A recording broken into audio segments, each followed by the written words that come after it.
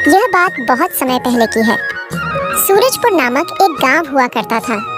उस गांव में बहुत सारे किसान भाई थे जो खेती करके अपना जीवन यापन करते थे, और जिनके पास खेत नहीं था वह बड़े जमींदारों के खेतों में काम करते थे या फिर बड़े व्यापारी और सेठ के घरों पर काम करते थे। इस गांव में लालचंद नाम का एक सेठ रहता था जो बहुत ही चालाक और लालची था। वह गांव के लोगों को पैसे उधार देता था और वक्त पर पैसे ना लौटाने पर उनसे 2 गुना ब्याज वसूल करता था। इसी गांव में सूरज नाम का एक लड़का रहता था जो बहुत ही गरीब था। उसके पास कोई खेत नहीं था, इसलिए वह सेठ लालचंद के यहाँ पर साफ सफाई और देखभाल का काम किया करता था। सूरज बहुत ही सीधा लड़का था। उसके घर में माता, पिता और उसकी पत्नी थी।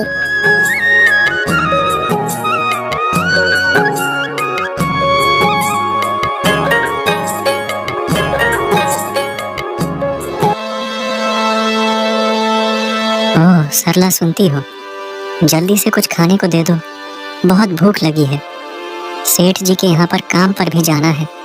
अगर जरा सा भी लेट हो गया ना तो सेठ जी मेरा खाया पिया पूरा निकाल लेंगे। आप और आपके सेठ जी तनिक देर क्या हो जाए पूरा घर सर पर उठा लेते हो। बस अभी लगाती हूँ खाना, आप तनिक बैठ जाएं।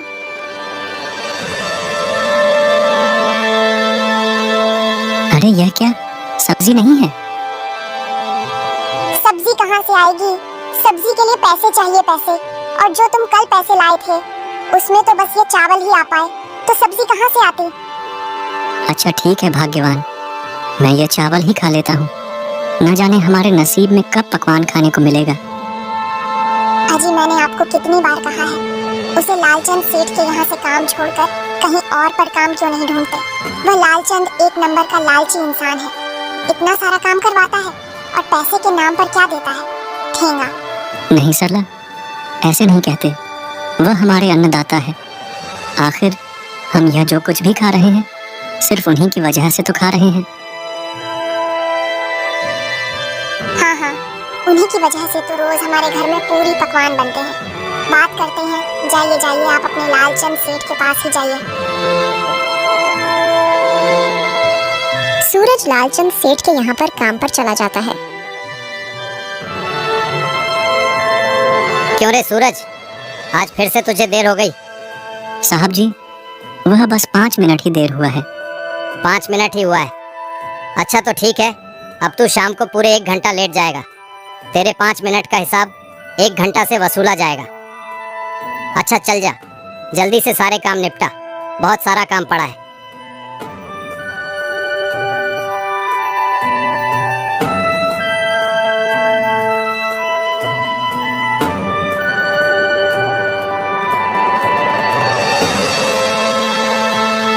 साहब जी, आपसे कोई मिलने आया है? इतनी सुबह सुबह कौन आया है भाई? भेज दो उसे यहाँ पर।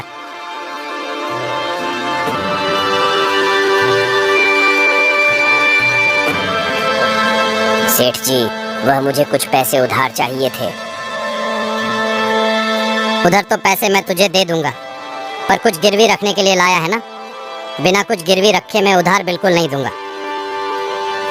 हाँ सेठ जी, यह मैं अपनी बीवी का चांदी का कड़ा लेकर आया हूँ। आप इसे गिरवी रखकर मुझे कुछ पैसे उधार दे दीजिए, मैं जल्द ही पैसे वापस कर दूंगा। हाँ ठीक है, देता हूँ, तनिक रुक। लालचंद चांदी के कड़े को अपने पास गिरवी रखकर उस गरीब व्यक्ति को पैसे दे देता है। आजकल ज्यादा लोग ब्याज पर पैसे नहीं ले जाते हैं, इस वजह से ब्याज वसूली का काम भी थोड़ा मंदा हो गया है।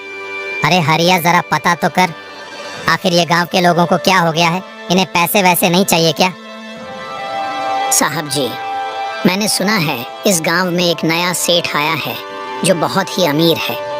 पूरे गांव में उसी की चर्चा हो रही है और आजकल गांव के लोग उसी से पैसे उधार ले रहे हैं।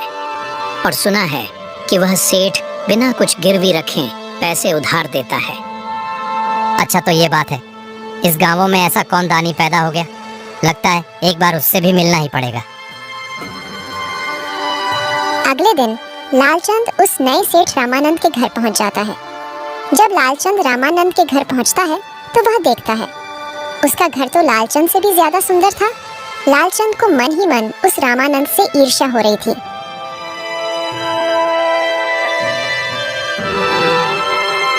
क्यों भाई रामानंद, मैंने सुना है तुम गांव के लोगों को पैसे उधार देते हो, और वह भी बिना कुछ गिरवी रखे, और ब्याज भी नहीं लेते।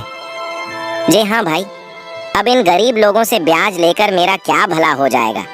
बस थोड़ा बहुत उनके काम आ जाऊं, और क्या चाहिए।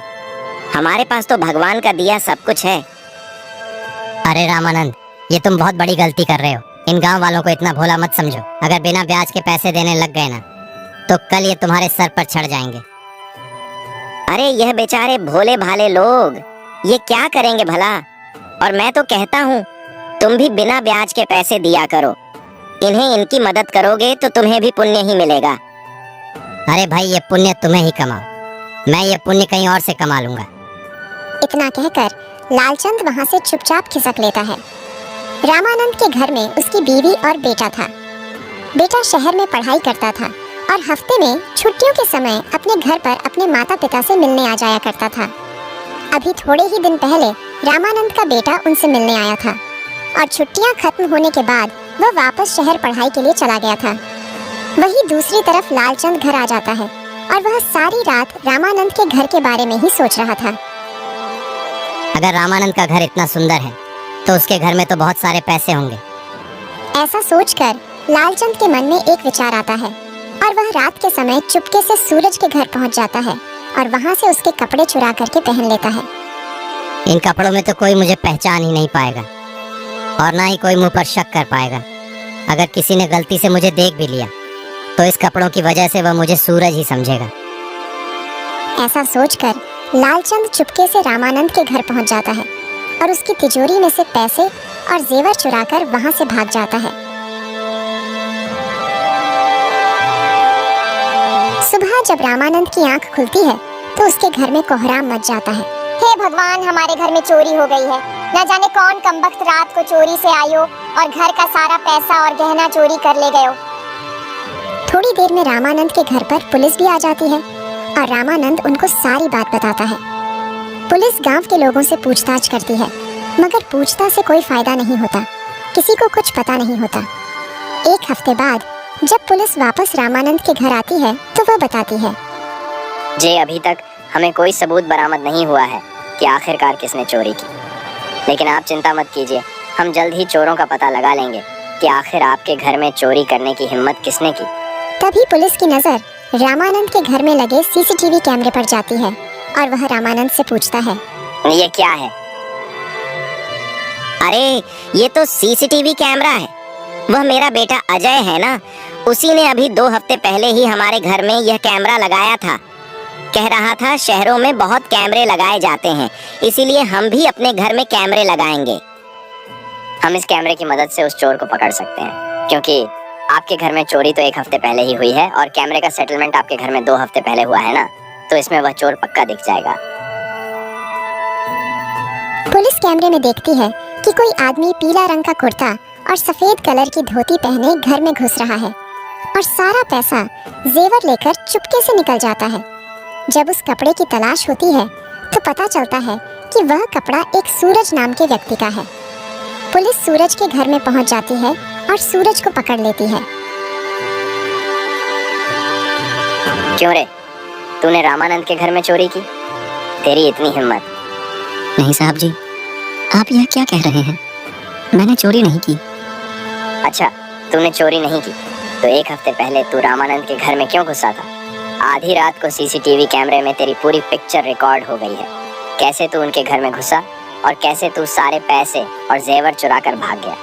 अब जल्दी बता कि तूने सारे चुराए हुए जेवर और पैसे कहाँ रखे हैं? पर सर जी, मेरे पास तो कोई पैसे और जेवर नहीं है। मैं सच कह रहा हूँ, मैंने कोई चोरी नहीं की।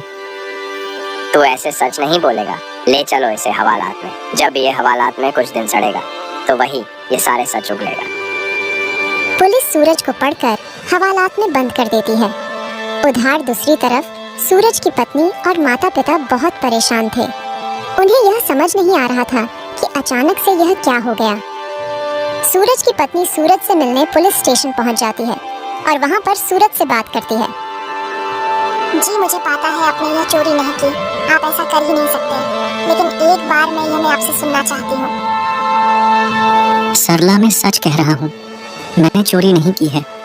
तुम्हारी कसम, मैंने चोरी नहीं की। सरला सूरज की बातों को सोचते हुए पुलिस स्टेशन से बाहर आ जाती है। अगर वह कह रहे हैं कि उन्होंने चोरी नहीं की, तो उन्हें चोरी नहीं की होगी। तो फिर यह पुलिस क्यों कह रही है कि कमरे में सूरज को चोरी करते हुए देखा? मुझे एक बार उसे सीसीटीवी कैमरे को देखना ही होगा। सूरज की पत्नी रामानंद के घर पर जाती है और एक बार उनसे फिर से सीसीटीवी कैमरा देखने की मांग करती है। रामानंद भला इंसान था, वह उसकी इस बात की सहमति जताते हुए सीसीटीवी कैमरा दिखा देता है। सीसीटीवी कैमरे में सूरज की पत्नी तुरंत पहचान जाती है कि कपड़े तो सूरज के ही है, पर यह इंसान सूरज नहीं है। सरला एक बार और फिर से सीसीटीवी कैमरे को ध्यान से देखती है। तभी सरला की नजर उस व्यक्ति के हाथ पर जाती है जिसने एक सोने की घड़ी पहन रखी थी। सरला कुछ सोचती है। साहब जी, मैं पूरे विश्वास के साथ कह सकती हूँ कि यह कपड़े मेरे पति की ही है, लेकिन इन कपड़ों में जो इंसान है वह मेरा पति नहीं है। किसी ने उनके कपड़े पहनकर यह चोरी की है। मैं उनकी पत्नी हूँ, उनके भाव चाल सब अच्छे से पहचानती हूँ। किसी ने उन्हें फंसाने की कोशिश की है। साहब जी, आप यह घड़ी देख रहे हैं, यह घड़ी मेरी सूरज की नहीं है।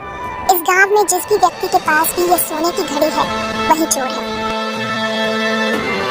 सरला, अगर ऐसा है तो तुम्हें यह साबित करना होगा कि कैमरे में जो व्यक्ति दिख रहा है वह तुम्हारा पति सूरज नहीं बल्कि कोई और है। सरला कुछ सोचती है।